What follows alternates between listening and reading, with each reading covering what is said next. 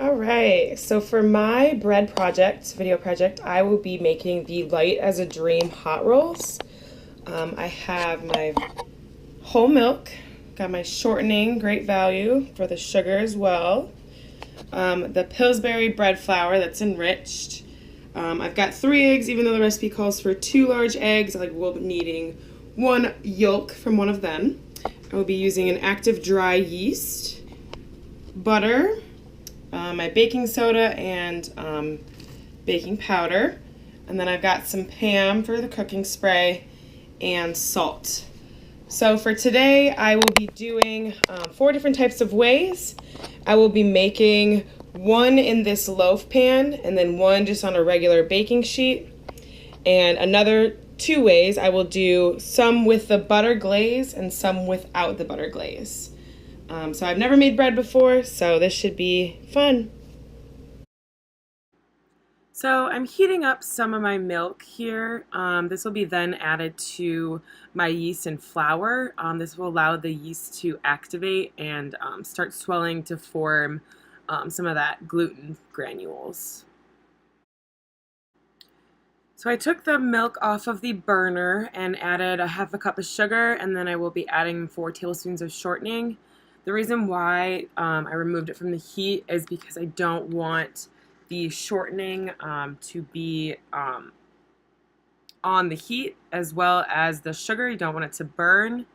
Putting some of that fat on the burner is pretty crucial, and it could affect the tenderness and flakiness of the gluten development.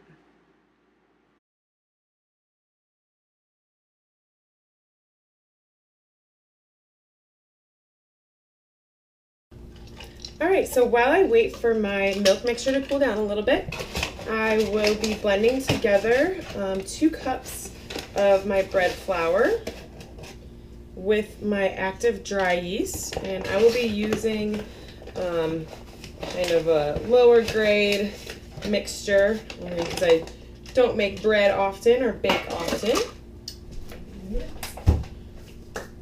So I've got 2 cups, and then here is my blender. State of the art. And I will be adding 1.5 packets.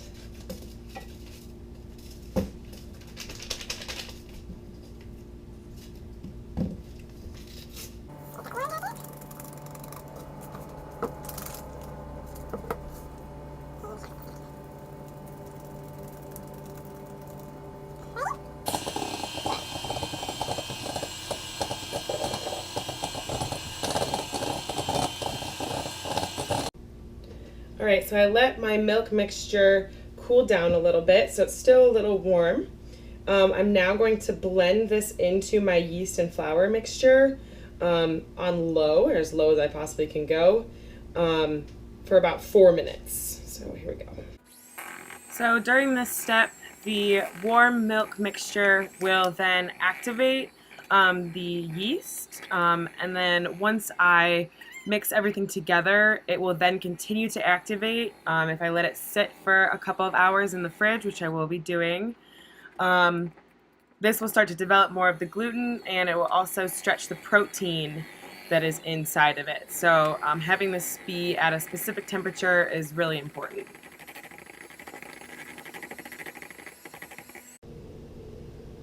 Alright, so now I'm going to add 2 cups of flour, the bread flour, a half a cup at a time, and I will be mixing in between each one.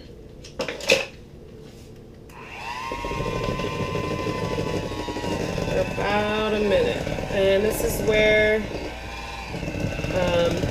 my lovely mixer might fail me because this bread might get a little thick.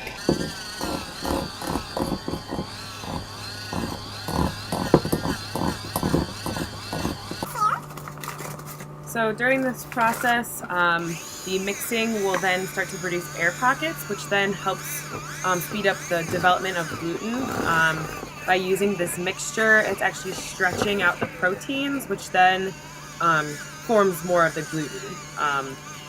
So doing it with a blender can also create more air pockets. I end up using my hands, which probably created even more air pockets. All right, so since the dough is becoming extremely sticky, it's making it almost impossible to use my mixer. I'm going to add this last half cup in and then mix with my hands. So this should be nice and sticky as I do that.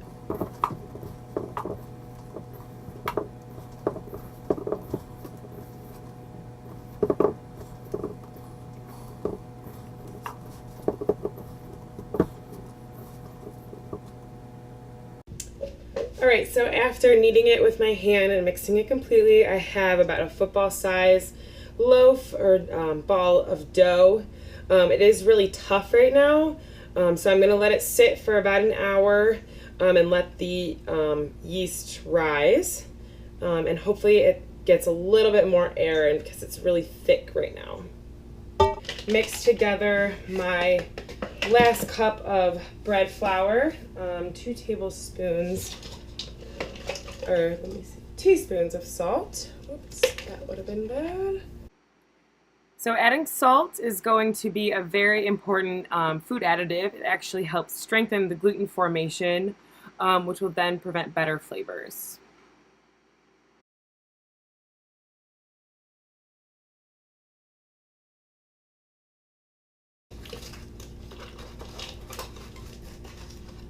All right. And once my bread rises, I will mix it into the dough. All right, so I let my dough sit overnight and it rose about twice the size. I have sifted together the rest of my bread flour, my salt and baking powder and baking soda. So adding the rest of my flour, I then added the eggs and the egg yolk. The reason why we add 1 egg yolk is because it makes it more tender, and this is because it's emulsifying the lecithin that's in it. It'll help link the water-soluble with the fat-soluble molecules, like I said, making it more tender, and it will help, elongate the staling. I'm actually going to divide it into my 4 separate types. I'm going to do a big loaf on one side without the sidings, and then I'm going to do another one in this pan, so it's going to hopefully change the texture a little bit. And then the other part that I'm going to experiment with is the butter glaze. So I'm going to do half of the rolls without butter and half with. So we'll see how those end up turning out. All right, so the reason why I chose these 4 separate ways is to determine the differences in texture. When you add a fat or our butter, after the gluten development, it should produce a lighter and more tender texture. And as we all know, butter tends to increase the flavor as well. So what I will hopefully be determining is if that butter will make it lighter and more tender, as well as increasing the flavor. And the reason why I chose to do 2 separate types of loaf is because I believe that cooking it in the smaller pan, it will actually help retain a lot of the moisture, which could then, make it easier to eat and a little bit more moist. So that was the goal that I was going for. I wasn't quite sure what the results would be, but my guess is that the butter will taste better and the single loaf will taste better.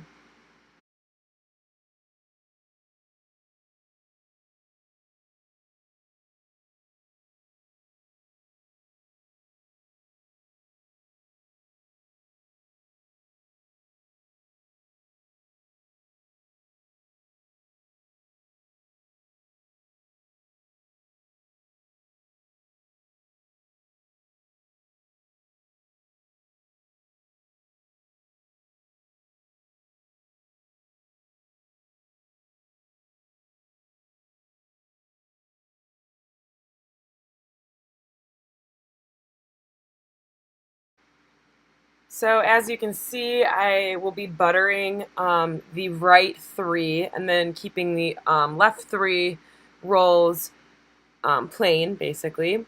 And then I will also be buttering both of my loaves just because I believe that butter makes bread taste delicious. So I'm hopeful that that will change the flavor for the butter.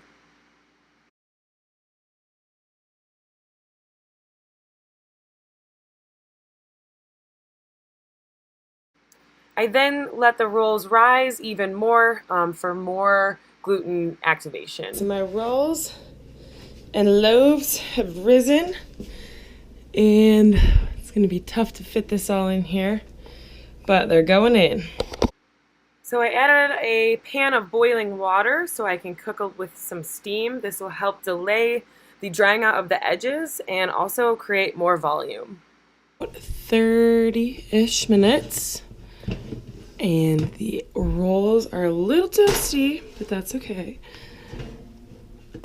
And there is my loaf. Nice and good. Got my 3 buttered, 3 non-buttered, without a pan, and with a pan. It's a little less golden. I'm gonna let these cool down, and then I'm going to try them and mix. All right, so here we have my 2 types of rolls. This one was the butter, and this one was non-butter glaze. You can tell just by the color. The one with the butter burnt a little bit more. It's a little bit more brown. And also the bottoms, I think they burnt a little bit more than the non-butter, and I believe that is because the butter. Now for the texture, the butter is pretty light, but the unbuttered is a little bit lighter, a little bit more fluffy. Let's see. Pretty good. It's a little dry. That could be due to the air in it. It also could be due to the water activity and the release of all of the water. And the buttered one has a little bit more moisture in it. So I prefer the buttered one just because it has a little bit more flavor. It's a little bit crispier. I probably would, put some more butter on it. That's just because it's my American taste buds, but pretty good. So I unfortunately lost the video recording my critique of my loaves. The one that I put in the pan definitely had a better moisture content. I think that the sides allowed the moisture to stay within the bread instead of escape. Also, the one that I just used on the pan did not taste that great. Surprisingly, it was a little blander than the one that was in the pan, and I think that could be due to just the texture and basically how everything is formulating within the oven. So I preferred the one that was in the pan.